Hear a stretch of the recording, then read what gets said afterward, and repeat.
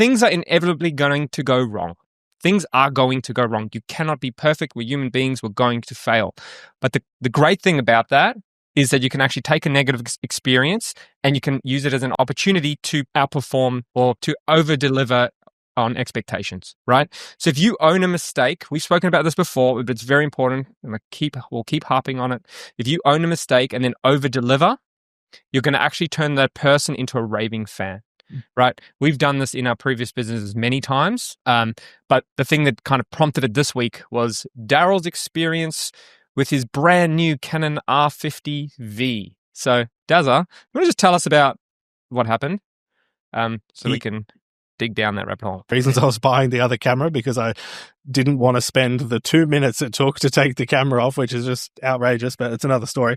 I value my time, and everything he did and the way he handled that was probably somewhat outside of what a normal shop policy would do, but it created a customer for life. I'm never going to buy another camera, body or lens from anywhere else but him ever again. The type of person who values their time is also more likely to spend money. So it's something that you've got to consider is like the people who you are serving and the things that you do for them. If you're serving that type of person, I am going to go buy more camera gear from him again, and it will pay off in the long term. And he probably does that for multiple people. It's not like I'm special, but I just thought that was a really good experience. He turned a shitty experience, something that wasn't his responsibility as well. Like, he's not Canon. He's just a shop that sells Canon, and he turned that into a really good experience. Yeah. So firstly, you are special. So that's why you got that. Secondly, something that I want to pull out there is long-term play from a salesperson, right? This is so key in sales as well, which I think a lot of people just don't understand. It's like, you first need to develop rapport and an actual relationship with your customer. Because if you do that, you can sell them anything, right? You can literally sell them anything because it's just like, hey, I trust that guy. Whatever he says. If he went to you, Daryl, you know what? Don't get the R50V. Just grab another R6. Like, honestly, it's going to be way better for you. You would have probably gone, oh, the next time, because now you've built this thing, you say, maybe you got a point there, mate. Maybe you just double the sales, right? And that's if he was being honest and truthful, right? And you could actually believe him. But the guy was always nice to me. That's super key right there.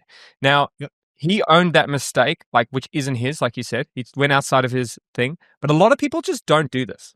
A lot of people, I've literally just had a complete opposite experience where I'll go, I will never recommend that company to anyone, because after the sale was done and things were done, it kind of just becomes like, that's in the document. You should have read that. Once it's shipped to you, that's your problem. Unlucky. And you go, I just spent like 80 grand with you. And the people just go like, well, that's unlucky. You should have read the thing. That's why we ship you. And you even just because you start asking questions and just the whole experience is poor. But guess what that means? A customer you'll never see again. And I understand if you have enough customers and you can keep churning them, great. But it's better to have people like Daryl who now says, hey, if you ever want a camera, just go here. Yeah, shout out Camera House, Warringah Mall. Warringah Mall. So funny. Brick and mortar. The service responsibility of sales is often overlooked because a lot of salespeople are hired for get a customer indoor. There's so much beyond that can have such an outsized impact on your business long term. You speak to anyone who wants to buy anything that is high ticket at the moment because you're building a house. Other people who build houses are going to look at what you're doing and go like, hey, who'd you use for this? You're like, well, I use this person, but I can't recommend them. Like, they were terrible after sales support. Well, that's just lost you a customer. And then you have to pay another salesperson to try and convert more customers and pay more for marketing. It's much cheaper to have really good service beyond the sale. Yeah. And it's very short-sighted. It's such a short-sighted stance. It's just like, no, well, this is hard. And even when the business, because you know that it's coming from the top, right? The top's leading this, and they're not giving people the ability to actually make those decisions by themselves. So it's like, there was, like, for instance, there was one thing where there's a $250 mistake over an $80,000 spend, and they weren't willing to cop it. And they had to talk to the boss. Like, come on. Like, think about that long term and just go like, this is, let's implement that. Like that. What's that hotel chain, Daryl, in America, where it's just like you do whatever you need to do to make sure. Got a $3,000 or $5,000 budget to fix anything. Yeah. So you see examples of someone leaving something at a hotel where the people would jump in the airplane, fly across the country, you go and hand deliver it to the person. Yeah. Like you see that, and the people go like, I am not staying in any other hotel ever in my life. And every time I go along and I'm going to tell other people about it. I'm going to stay there. And the thing that people forget to understand is there are certain people that are like, I would say that I am an advocate for good brands. If I believe in a brand, I will tell everyone. I will get that friggin', I believe so much in True Protein. I went and got a coupon code so I could give it to other people, not to get me money, to save them money so they could buy from the company because I believe in the product, right? So it's like, I will do that. But then you go and burn me. So then you turn it in the opposite way. Because in the end of the day, the best customer is going to come from a referral.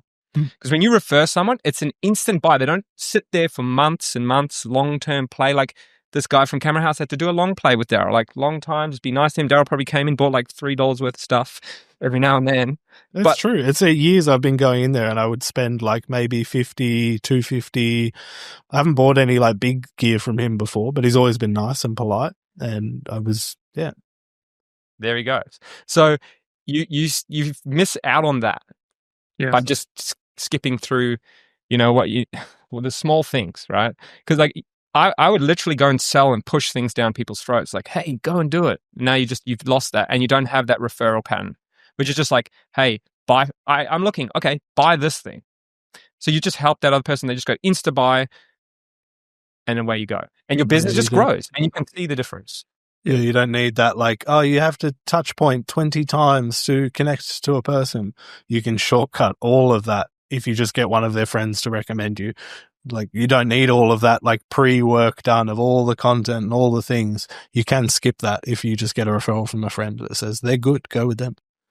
Yeah, and the thing what people need to do, I think really a good way to like almost turn this into a formula is like work out what's your cost of acquisition for a customer. How much does it cost you? That should be the bare minimum you're willing to fix for. Like I know that most of these companies would have way higher acquisition costs of $250. So if it's like especially on a high ticket item. So if your cost of acquisition is more than $250, that should be your minimum, no questions asked fix, right? Because you're like, I'm not going to lose a customer, I'm going to keep a customer. Someone who buys one thing will probably buy again, or they'll tell someone else. And then I've already that's paid for. And then what's your lifetime value of a customer, right? Like, imagine if the camera shop was like, nah, your problem. That's like, oh, it's a bit of a negative experience. Probably not going to buy from them again. Yep. And you lose, because we replace these things all the time. Like there'll be another camera in 2 years. We'll be buying another one like very soon. And it's like every time we'll just be buying there. So now your lifetime value of a customer went from $2,500 to 20 grand to 50 grand. Like what is it actually worth? And so you should have that factored in. And I think a lot of businesses don't actually do that. They don't take the time to numbers. Yeah. We just don't know fundamentals, right? It's like, this is business fundamentals. Like, learn them so you can actually be good. Because so many people are bad, it's actually really easy just to be good. Job done. Be good. Be great. And you win. So do better. Do better, man. This happened at Apple all the time. I always thought it was so crazy. They had 50% of the store, 50% of the staff was for the Genius Bar. So when I worked there, I quickly realized how much freaking money they made from me like cleaning out the iPhone dock because that person went and bought a new iPhone. It was crazy. It was like the first time I saw that in real life, like that return. So they nailed it, right? Yeah. Like if you know a product's going to last and it's going to be good, that's the same thing for them. They're like, I love that experience when you take something to Apple. And they go, and this, I don't know if this is still the case, but I remember taking laptops and go, oh, this is rubbish. Here's a new one. Yep. And you just went, what? Like, because for them, it costs nothing. Yeah. But you've created a lifetime value. Like, I'm a lifetime customer. I've been Apple customer for 10, 15 years. And when I had started a business and I grew my business, I bought Apple gear for everyone. Like that lifetime value is like in the hundreds of thousands. Yeah. So. All because you walked in there and they were like, yeah, it's not worth the time. Here you go. Stop it out. And it's like, it's not worth you being sad. There you go. Exactly, dude. And obviously, I think it's changed, but.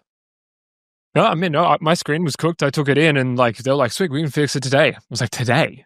I'm like, there's like 100 people in this store. And that was sick. Yeah. Why would I buy any other computer? Exactly right. You're not going to get that from everyone else. I promise you that. Yeah, legit. Nice, boys. Solid one. Nice.